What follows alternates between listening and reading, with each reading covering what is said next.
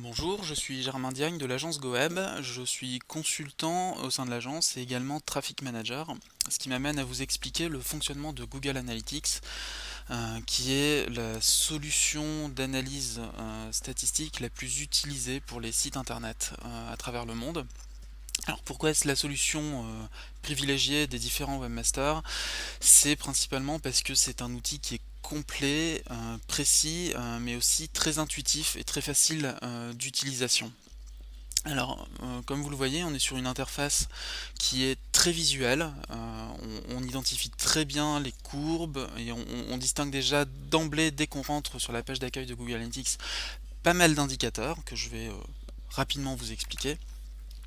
Alors, à la première visite, enfin première connexion, on arrive directement sur un tableau de bord. Le tableau de bord est l'élément central de Google Analytics puisqu'il met en avant les informations principales, celles qu'il faut identifier en un coup d'œil, et notamment, comme ici vous pouvez le voir, une courbe qui dresse le nombre de visites effectuées sur le site pendant un certain laps de temps, en l'occurrence ici les 30 derniers jours. Les 30 derniers jours. Alors, on a d'emblée donc ces premières informations et puis en dessous d'une courbe on va toujours avoir un récapitulatif plus écrit avec une prévisualisation des tendances. Alors ici en l'occurrence on a des informations sur la fréquentation du site et on récapitule donc les informations liées au nombre de visites, au nombre de pages vues, les pages consultées par les différents internautes, ce qui permet d'obtenir d'emblée des ratios sur la visibilité de votre site. Et puis on a d'autres indicateurs que je vous expliquerai un peu plus tard, comme en l'occurrence le taux de rebond, le temps passé sur le site, et également un indicateur sur la fidélité de vos internautes avec le ratio de nouveaux visiteurs. Et puis si on descend progressivement, on va avoir d'autres modules, d'autres blocs qui vont détailler certaines catégories, certaines rubriques statistiques liées à la fréquentation de votre site. Ici on peut distinguer donc une courbe des visiteurs qu'il faut distinguer du nombre de visites. Voilà. On va avoir une synthèse géographique et puis des informations également sur les sources de trafic que je détaillerai un petit peu plus tard, une vue d'ensemble sur le contenu, des objectifs. Voilà, enfin, je ne rentre pas tout de suite dans le détail. Le tableau de bord est vraiment un élément très intéressant et très important. Alors, si on revient, si on remonte sur la zone centrale, la zone la plus importante visualisée dès le départ, on va avoir notre courbe ici qui récapitule le trafic au jour le jour. Donc ici, aussi, comme vous pouvez le voir, on a le trafic le lundi 29 août, ici le 30 août, voilà, le 31 août. On a la possibilité de lisser les statistiques. Alors là, on était au jour le jour, mais grâce à ces petites icônes, je vais pouvoir lisser le trafic, avoir une visualisation semaine par semaine.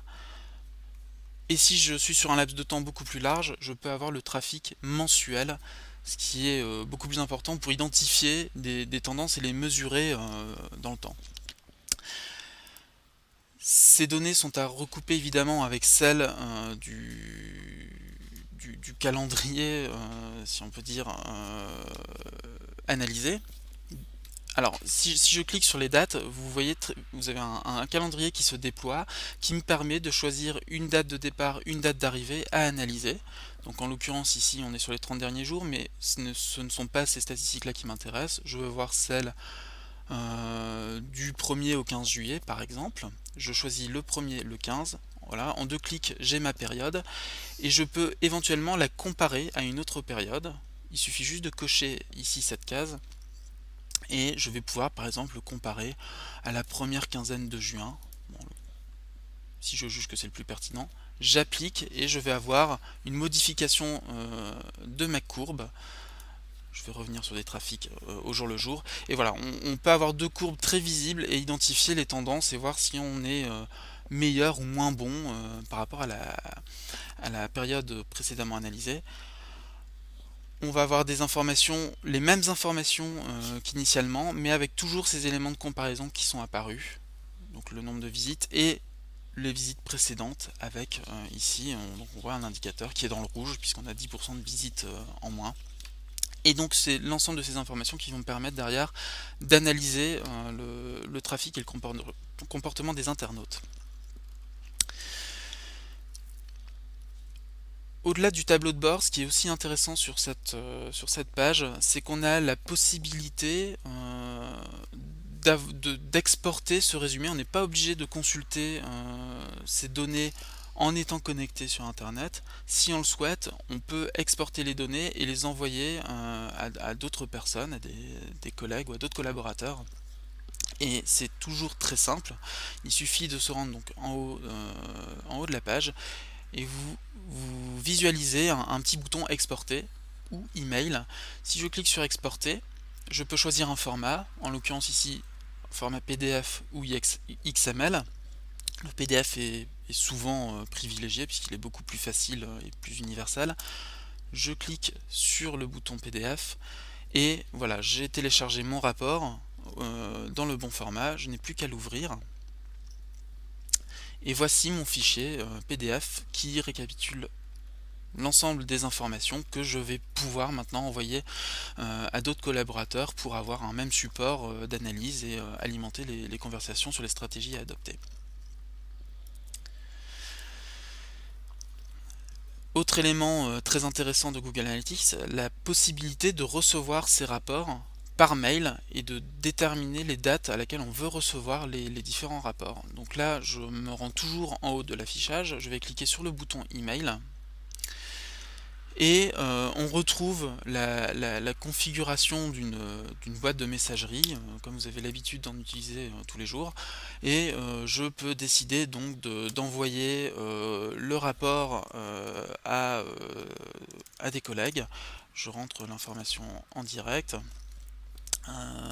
Je peux même mettre un objet, voilà, c'est le rapport statistique des 15 premiers jours de juillet par exemple.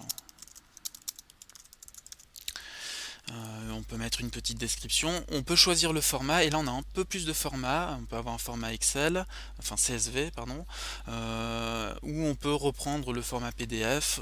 On a un certain choix qui est toujours intéressant, je préfère toujours le prendre en PDF. Et puis on a ici donc notre case pour valider la procédure, et on n'a plus qu'à cliquer sur envoyer, et là mon collègue va donc recevoir le rapport que je lui ai paramétré.